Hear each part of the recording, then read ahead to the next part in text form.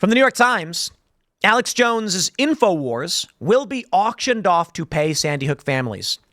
A sale of the Infowars website and other property is set for November and could determine the conspiracy theorist's fate as a broadcaster. Let me just stress this to the machine.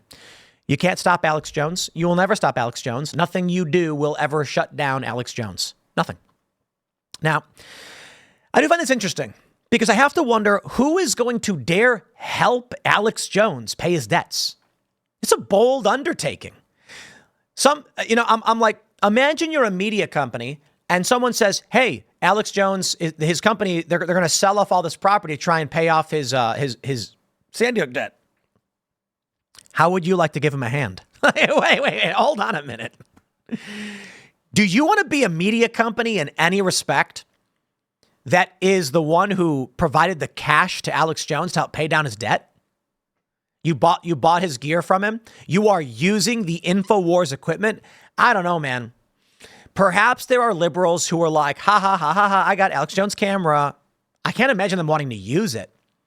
Going to people and be like, yeah, thanks to the hard work of Infowars and everything they built, we were able to get these discount cameras. And I was happy to provide cash to Alex Jones so that he could pay down his court debts. Yeah, I don't know who's going to want to take that on. The left is so censorious and so cancelous. I don't know what the right word is for it, but they're very much into canceling people. Do you really want to be the person that's using Infowars equipment because you gave him the money for his debts? I'm just saying. But let's read this. A Houston bankruptcy judge ruled on Tuesday that assets from the conspiracy theorist Alex Jones' Infowars empire can be auctioned off to help pay families of the Sandy Hook mass shooting victims the defamation award he owes. The auction, set for mid-November, will include Infowars website, social media accounts, broadcasting equipment. You can't auction off social media accounts. That's not allowed. Elon Musk can just go, no. Elon owns the X account. Sorry, nothing you can do about it. Broadcasting equipment, product trademarks, and inventory owned by Free Speech Systems, Infowars' parent company. Mr. Jones's fate as a broadcaster most likely depends on who buys his business. Though the Infowars name and assets are potentially of interest to a range of entities on the far right, under the terms of the sales, anyone can bid. And therein lies the big point. Do you think a liberal is going to go buy Infowars? Maybe. And then they'll redirect it to KamalaHarris.com or something. That they'd probably enjoy. But I can't imagine that they'd want to buy the equipment and trademarks and utilize them in any legitimate way.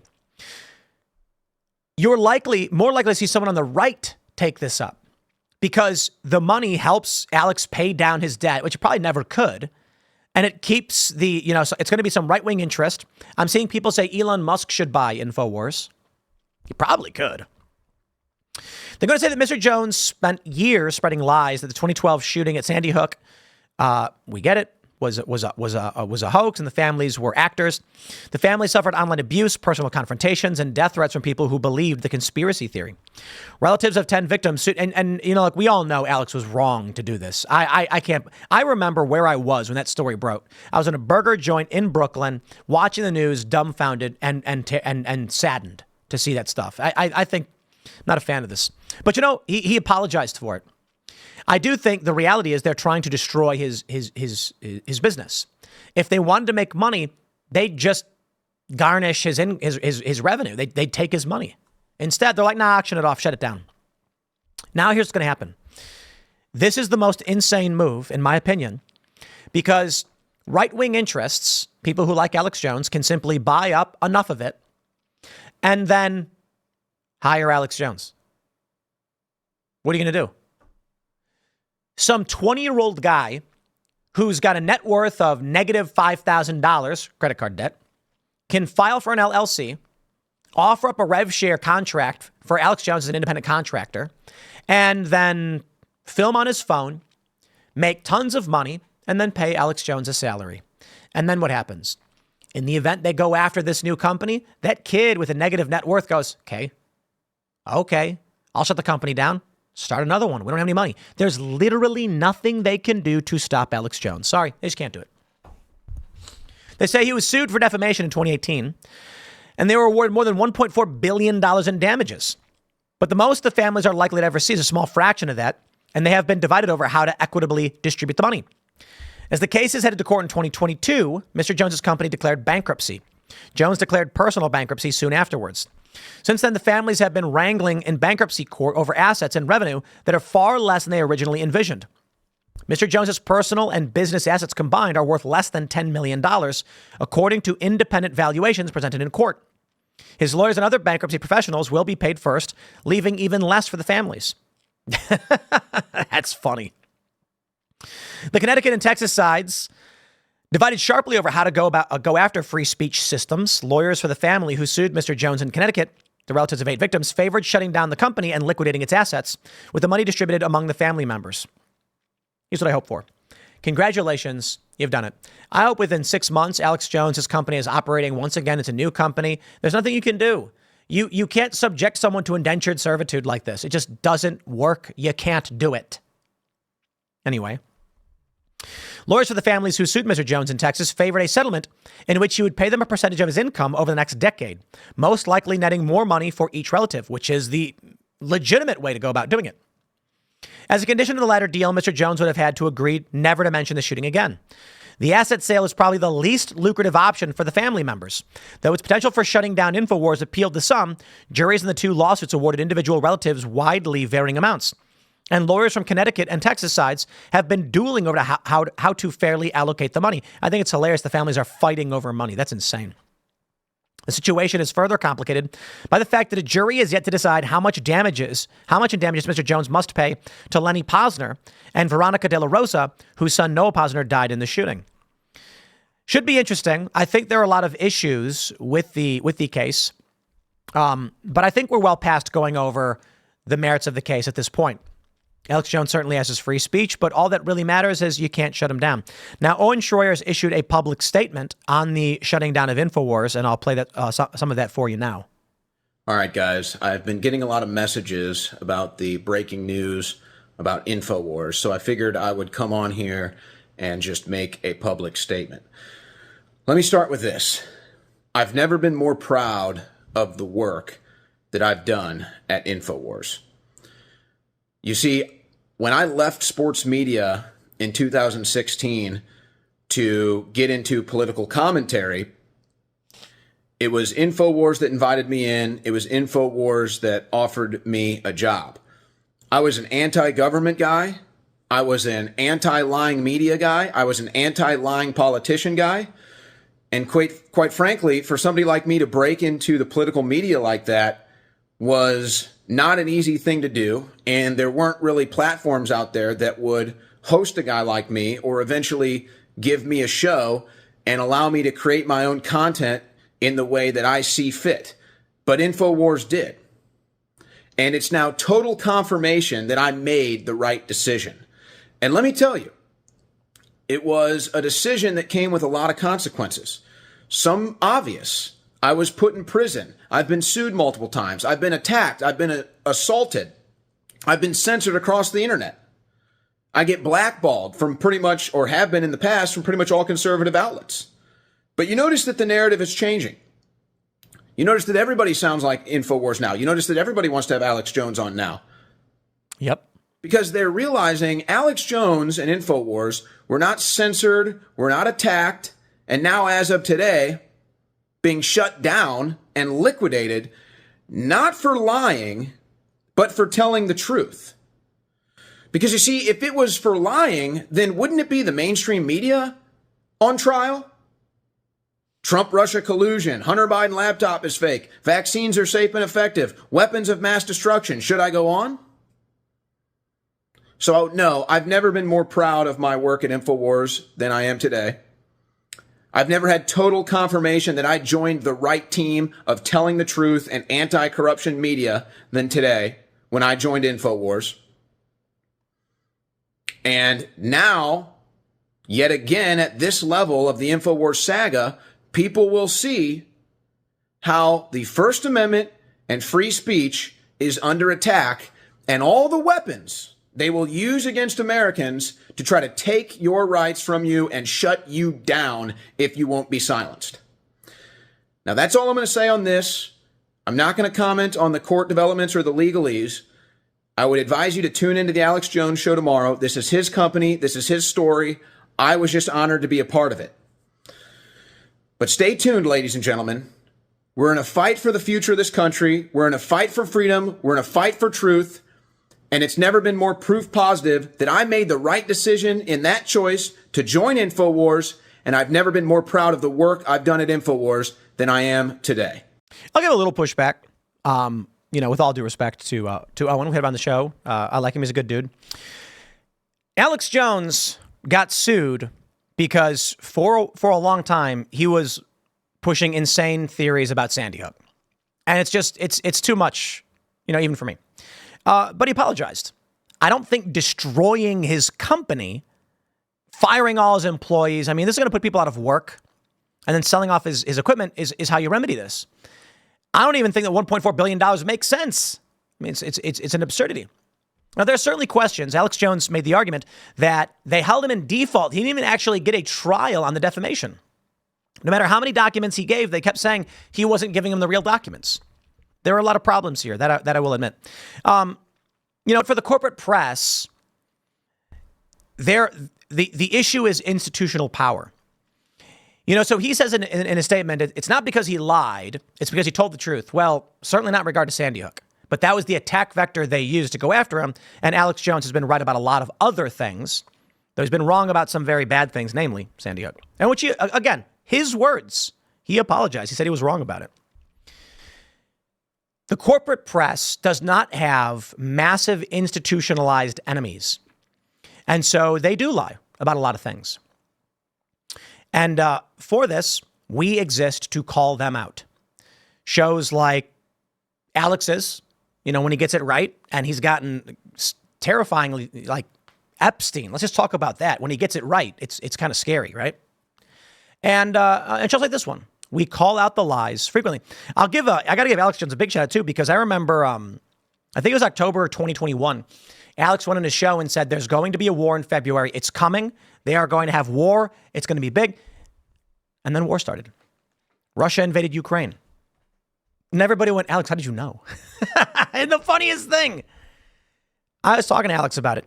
And he was like, I don't even know why. I was just reading the news. He was just reading a news story. This is the craziest thing about all this. People say like, oh, Tim talks about civil war. I'm like, I'm just reading New York Times, man. Leave me out of it.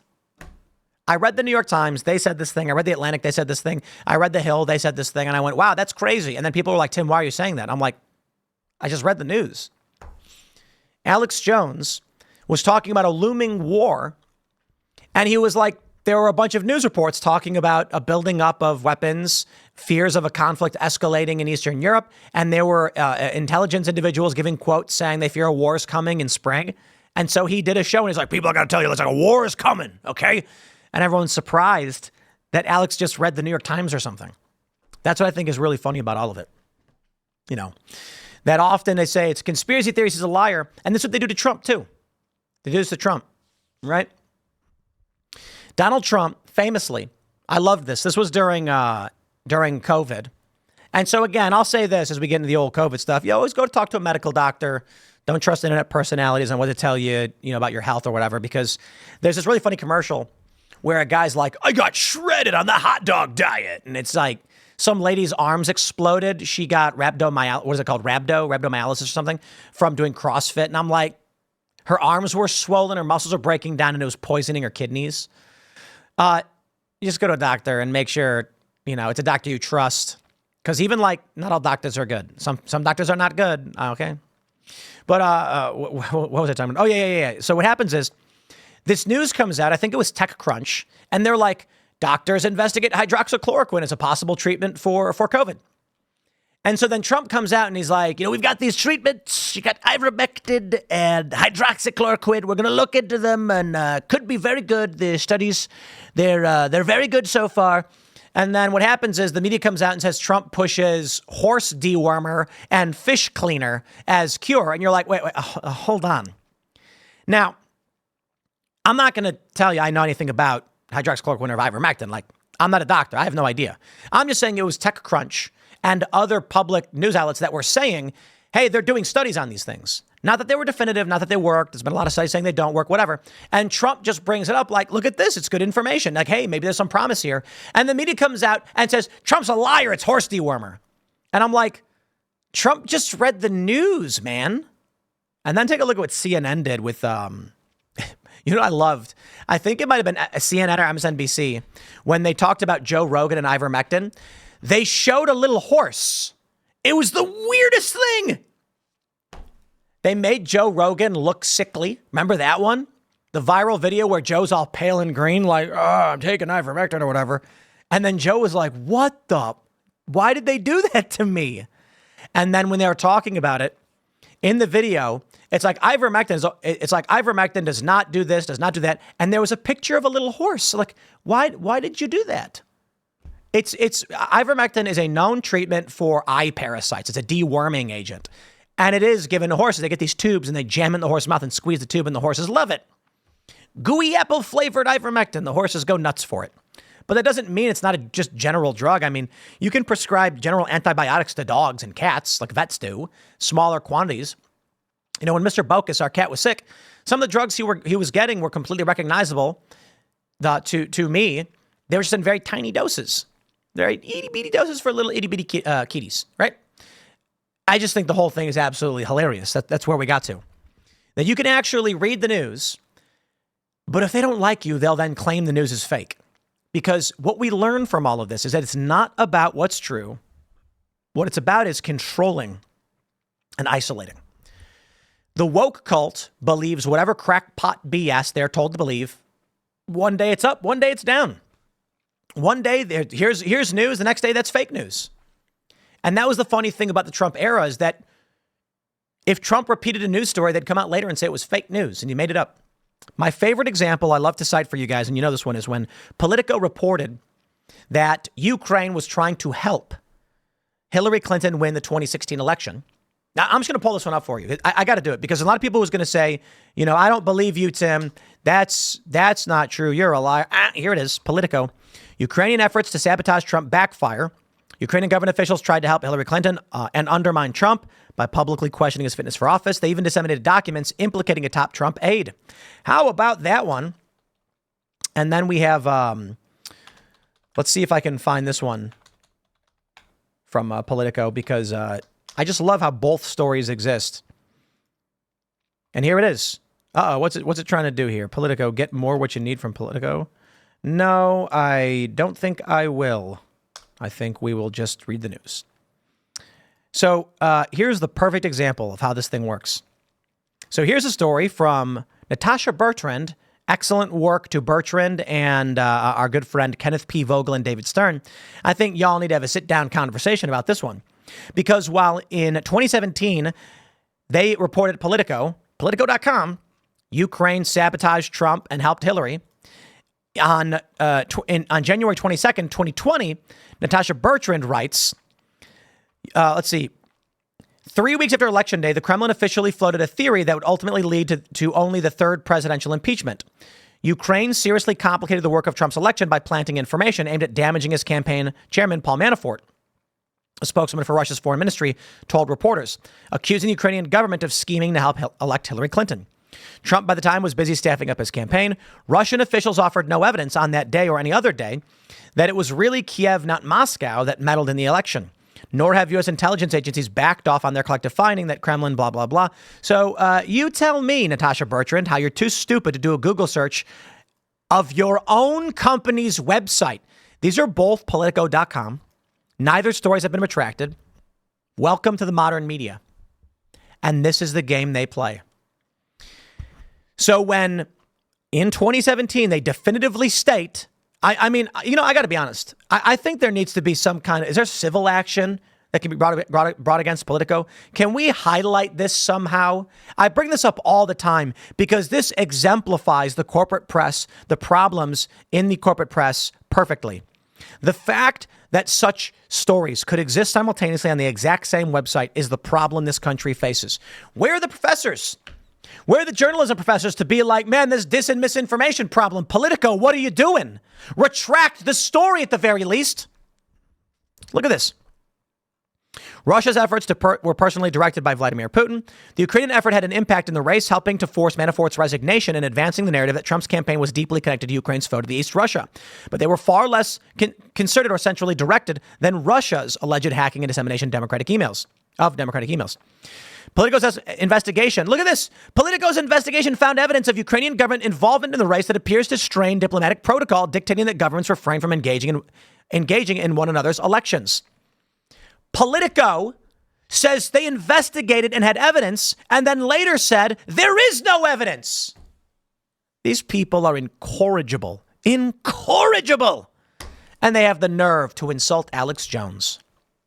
Okay. Well, as I long said, my friends, the corporate press is full of lies, and you've got to weed through them. And this is why I bring up stories like this. We do our best. I can't tell you which one of these stories is true because, well, they both exist on Politico. But there's actually a much more simple answer. Politico has no credibility. So, how can we navigate this stuff? There's no easy answer, but I try every day. So if you appreciate the work we're doing, smash that like button, subscribe to this channel, share this video, share this show with all your friends, post it where you can. That really does help. And this one too, especially the Politico stories. Ask people, explain it to me how this is the state of the media in this country. You can follow me on X at Timcast. Next segment will be coming up at 4 p.m. on this channel. Smash that like button, and we will see you all in that next segment.